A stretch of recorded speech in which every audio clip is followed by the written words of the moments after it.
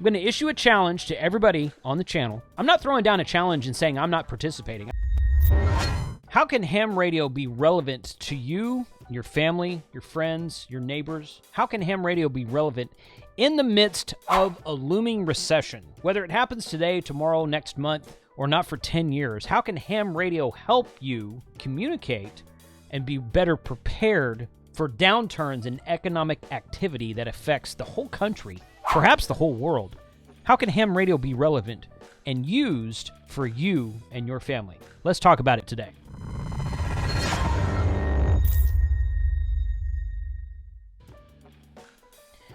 Ham Radio 2.0 reviews, news, and how-tos of things that are new in ham radio. Guys, so this is not going to be a political episode. I don't like doing politics. I really don't.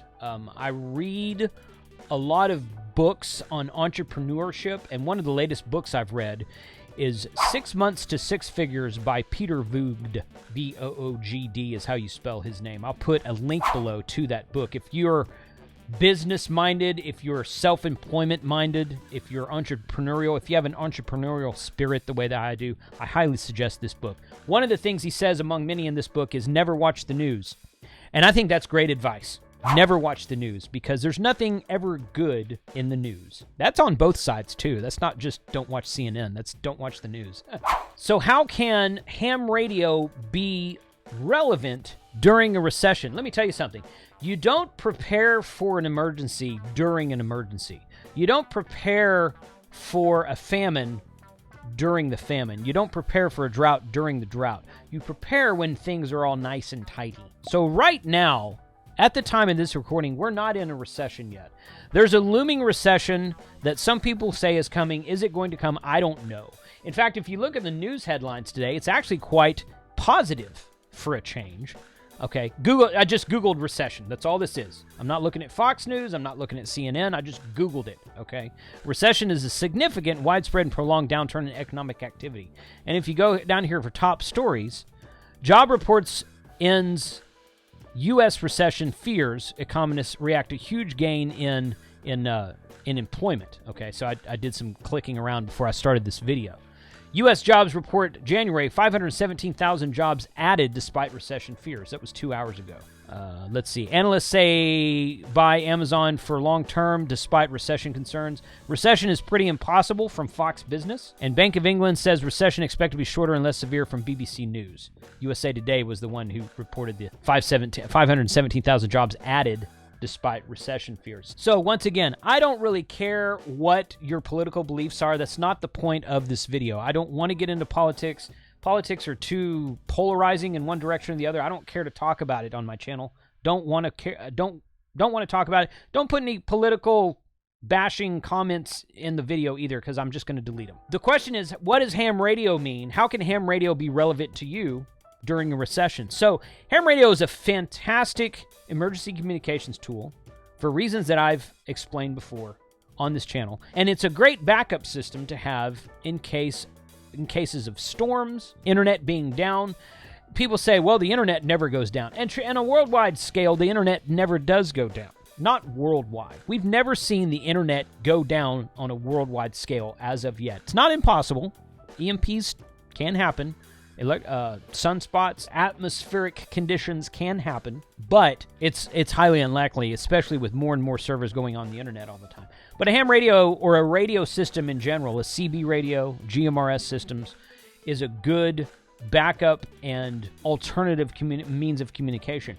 When we had the Texas Snowmageddon in February of 2020, AT&T turned off their network. I found this out later. At the time, I didn't know it. AT&T turned off their network for private subscribers so that the police, fire, and emergency personnel would have a way to make phone calls and send messages to one another. I don't have any citation for that or any quote.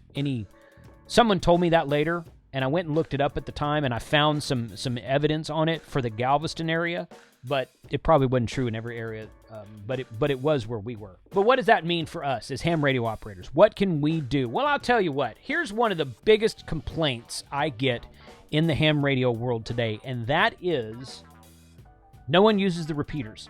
I listened to my repeater yesterday, and there was no one talking. I listen to my repeater every day, and I never hear any activity. I listen to my repeater, and there's no one ever talking to my repeater. No one ever talks on the repeaters. Repeaters are dead. I bought a hotspot and talk into DMR or System Fusion or D-Star because no one ever talks on my repeaters. My repeaters are dead. I commend you for listening to your repeaters. I challenge you to actually key up on them. How many times did you key up on the repeater last week? Last month? How many times? No, that's a real question. How many times did you key up on your local repeater last week or last month? Okay, you can put a comment below if you want to, but I'm asking you to answer that for yourself. How many times did you key up your local repeater yesterday, today, yesterday, last week, last month, whatever? So here's a challenge. I'm going to issue a challenge to everybody on the channel, and I'm going to hold myself to the same challenge. Find a repeater that's local to you, maybe a couple of them. You don't have to limit yourself to one repeater. I live in the Mid-Cities area in between Dallas and Fort Worth, Texas, and I've probably got 20 repeaters near me I can key up from my truck, and probably 2 or 3 I can get into with an HT just from here in my home. Here's a challenge I want to issue to you. Set a time every day, and I would say 2 o'clock. 2 o'clock local time to you. What time zone you're in is irrelevant. 2 o'clock local time, key up your repeater, and throw out your call sign and say monitoring. KC5 HWB monitoring at 2 o'clock local time every day. And do this for a week, a month. I say do it for a month. You don't want to do it for a month, okay, but do it more than a week. Do it at least 2 weeks. Okay, do it every day for 2 weeks. And share this video with your local ham radio clubs and tell them, hey, let's use a repeater at 2 o'clock every day. If you can't do 2 o'clock because you're at work, do 8 o'clock. Do 8 o'clock at night, 2 o'clock in the afternoon, 8 o'clock in the evening. Okay, that's my challenge to you. Key up your repeaters twice a day, 2 p.m. and 8 p.m. The 8 p.m. folks, be aware of nets. There might be nets going on your repeater at 8 p.m. at night. I've got several nets that happen on repeaters all around me at 8 p.m. on Thursdays, and I think maybe on Wednesdays also, something like that. So be respectful of nets. If there's a net on your repeater, then freaking check into it. Check into the net on your repeater. If you say, well, I can't keep up my repeater, there's a net. Well, guess what? That net is probably welcoming you to the repeater right now. Maybe not right now, but, at 8 o'clock tonight. So every day for at least 2 weeks. If you're watching this video 3 months after I post it, start today and key up your repeater every day at 2 p.m. and 8 p.m. for 2 weeks and see what happens. Test your equipment. See how well you can get into it with your HT. Set up a base station, like my FT847 right back there. Set up a base station with an external antenna so that you can reach out farther and get into different repeaters. Key up the repeater that's closest to you and see who else does it. Email the people in your ham radio club and say, hey, let's key up this repeater together. Let's talk and hold a 5 or a 10 or a 30-minute conversation about whatever. I find it odd that people complain that repeaters are dead and everybody's always listening. Well, I listened all day or all weekend. I never heard anything. How many times you keyed it up? Well, I didn't key it up. I just listened. Well, what if there's 50 other people out there listening like you are? Someone's got to make the first move. Why not you? I'm going to do it. I'm not throwing down a challenge and saying I'm not participating. I'm going to start keying up my repeater every day. I'm going to use the Ulyss repeater, 442.900, and I'm going to start. I've been listening to that during that ice storm that we had in Texas. I was listening to that repeater every day, and they would do wellness checks. They would say, just a couple guys would key up and say, hey, I'm monitoring. I'd go back to him and talk to him a minute. A couple other guys would talk. Hey, everybody good? Yeah, I'd get out on the road. Hey, the streets are icy out here, but not out here, that kind of thing. So it was a good place to communicate during that ice storm. So 442, if you're in the DFW area, 442.900. Another good one that I would probably monitor is the Hearst repeater at 147.100. Both of those repeaters are on CTC SS tone 110.9. Those are the two repeaters that I'll probably be monitoring. I'm trying to get one of the NetArc repeaters connected into my All-Star system. More to come on that later. Key up your local repeater every day. If you work during the day, you're like, man, I'm in the office or I'm working from home, I'm concentrating, I'm trying not to mess with the ham radio while I'm at work. Good. That's fine. Key up your repeater at 2 p.m. on Saturday and Sunday. Okay, it's not too early, middle of the afternoon. Have a 10-minute conversation with somebody. Okay, key it up in the evening at 8 p.m. But every day, key up your repeater at least once, either at 2 or 8 p.m. Throw out your call sign and say you're monitoring. KC5 HWB monitoring the Ulyss repeater. And see what happens. And those of you who get responses, which I think is going to be most of you, maybe you just keep going with it.